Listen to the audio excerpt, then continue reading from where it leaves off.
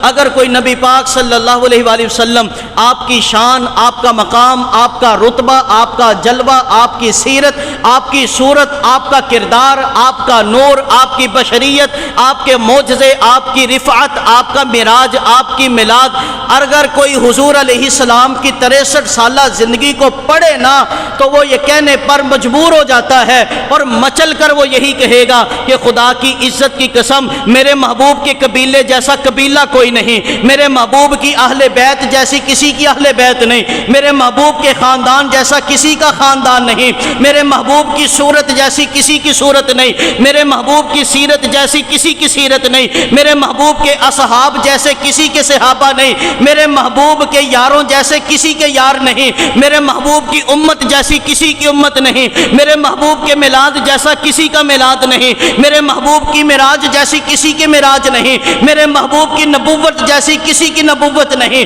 میرے نبی کی رسالت جیسی کسی کی رسالت نہیں، میرے محبوب کے اٹھنے جیسا کسی کا اٹھنا نہیں، میرے محبوب کے بیٹھنے جیسا کسی کا بیٹھنا نہیں، میرے محبوب کے سونے جیسا۔ بولو بولو بولو ذرا۔